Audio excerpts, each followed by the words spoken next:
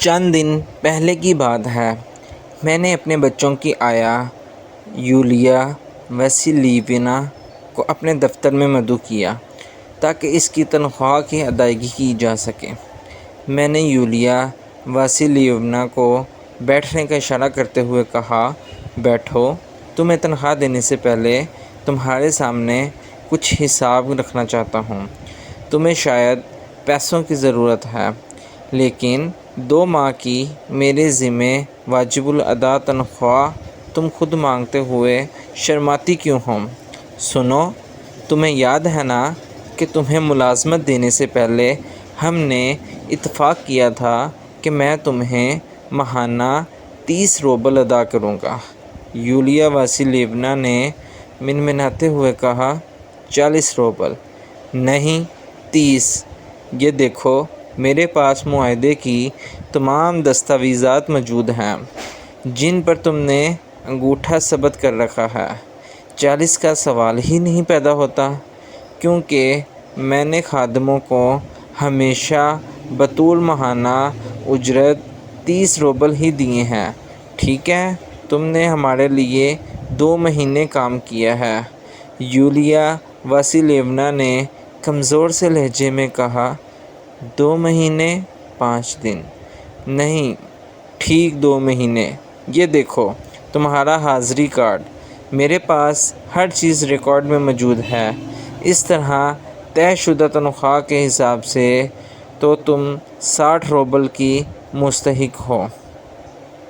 ہم اس میں سے 9 اتوار کی چھٹیاں کاٹ لیتے ہیں، کیونکہ اتوار کو کولیا میری بیٹی کی چھٹی ہوتی تھی، تو تم اس دن اسے لکھانے پڑھانے کی بجائے صرف اس کے ساتھ صبح اور شام کی سیر کے لیے جاتی تھی۔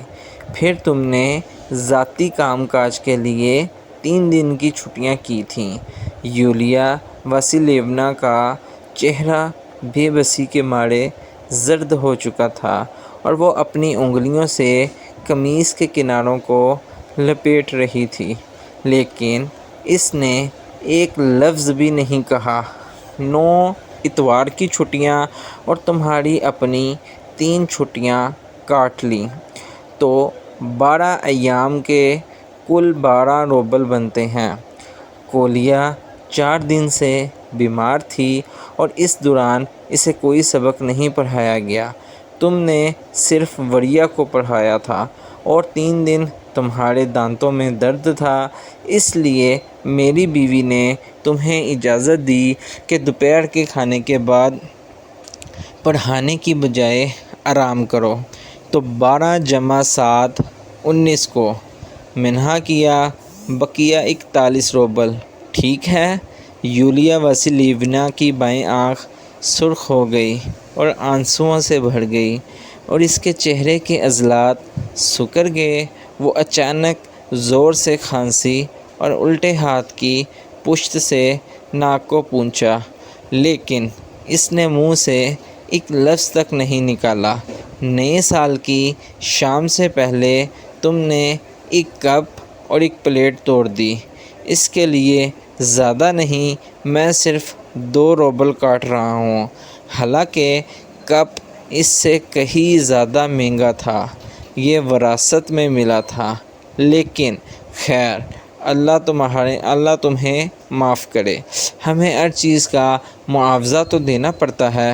ہاں، اور تمہاری لاپرواہی کی وجہ سے کولیا درخت پر چڑھ گئی اور اس کی جیکٹ پھٹ گئی۔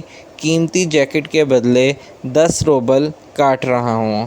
تمہاری غفلت کی وجہ سے نوکرانی نے وریا کا ایک جوتا چرا لیا، حالانکہ بچوں کے سامان کی حفاظت کرنا تمہارا فرض ہے، جس سے تم نے کوتاہی برتی، اور تم اپنا فرض نبھانے کی ہی تنخواہ لیتی ہو، اور اس طرح میں نے جوتوں کے بھی 5 روبل کاٹ لیے۔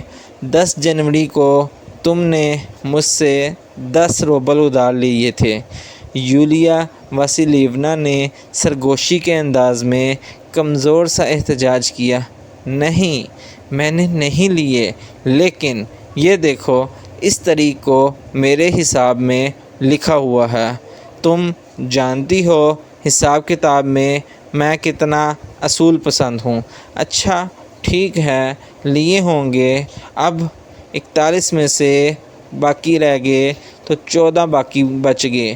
اس کی آنکھیں آنسوؤں سے بھری ہوئی تھیں اور اس کی لمبی موٹی ناک خوبصورت ناک پر پسینے کے قطروں سے موتیوں کی مالا بن گئی تھی۔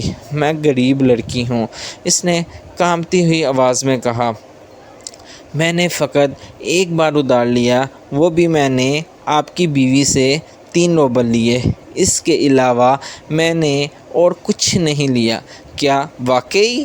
دیکھو، مجھے تو ان 3 روبل کا علم ہی نہیں تھا، نہ ہی حساب کے گوشواروں میں ان کا ذکر ہے۔ 14 میں سے 3 کاٹتے ہیں اور باقی بچتے ہیں 11 روبل۔ یہ رہی تمہاری تنخواہ، 3 3 3 1 1۔ آؤ آگے بڑھو اور انہیں وصول کر کے تصدیقی انگوٹھا ثبت کر دو۔ اور میں نے 11 روبل اس کی طرف بڑھائے تو اس نے انہیں لے کر کانپتی انگلیوں سے اپنی جیب میں ڈالا اور سرگوشی کی، شکریہ جناب۔ تو میں اٹھ کر کمرے میں ٹہلنے لگا اور غصے نے مجھے اپنی لپیٹ میں لے لیا۔ میں نے اس سے پوچھا، کس چیز کے لیے تم شکریہ ادا کر رہی ہو؟ یولیا واسیلیونا نے جواب دیا، تنخواہ کی ادائیگی پر۔ لیکن میں نے تمہیں لوٹ لیا، تمہارا حق جو بنتا تھا اس سے میں نے اپنی مرضی سے کٹوتی کر لی۔ اس واضح ناانصافی پر بھی تم میرا شکریہ ادا کر رہی ہو؟ یولیا واسیلیونا گویا ہوئی۔ دراصل اس سے پہلے جس کے پاس میں ملازمہ تھی، اس نے تو مجھے کبھی کچھ نہیں تھا دیا۔ کیا کہا؟ اس نے تمہیں کسی قسم کی کوئی ادائیگی نہیں کی؟ یہ تو بڑی عجیب بات ہے یولیا واسیلیونا۔ سنو، میں نے تمہارے ساتھ مذاق کیا ہے۔ میں دراصل تمہیں مشکل سبق سکھانا چاہ رہا تھا۔ میں تمہیں تمہاری مکمل تنخواہ ادا کروں گا، پورے 80 روبل۔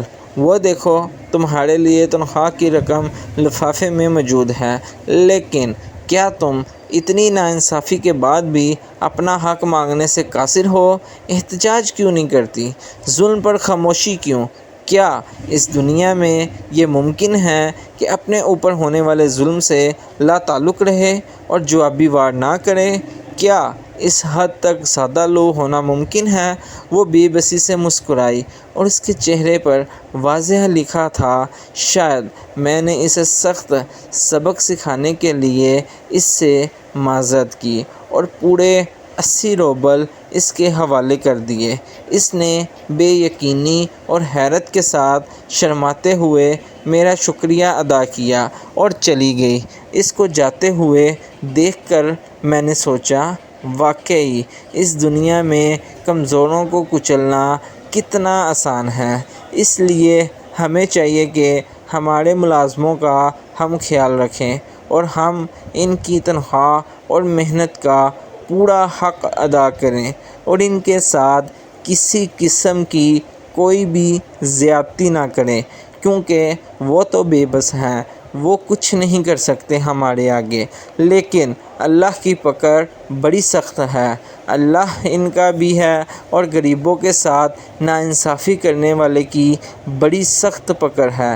اس لیے ہمیں چاہیے کہ ہم حقوق العباد پورے اچھے سے ادا کریں تاکہ ہماری آنے والی زندگی میں مشکلات نہ پیدا ہوں اور آخرت میں بھی ہم اس کا حساب دیتے ہوئے ہچکچائیں مت۔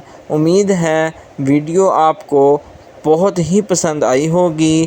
ویڈیو پسند آئی ہو تو چینل کو سبسکرائب کرنا مت بھولیے گا اور ویڈیو کو لائک، شیئر اور اپنے فرینڈ ممبرس کے ساتھ اینڈ فیملی ممبرس کے ساتھ ضرور شیئر کیجیے گا۔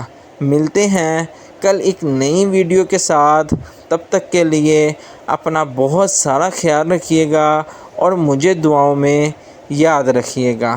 اللہ آپ کا حامی و ناصر ہو۔ اللہ حافظ۔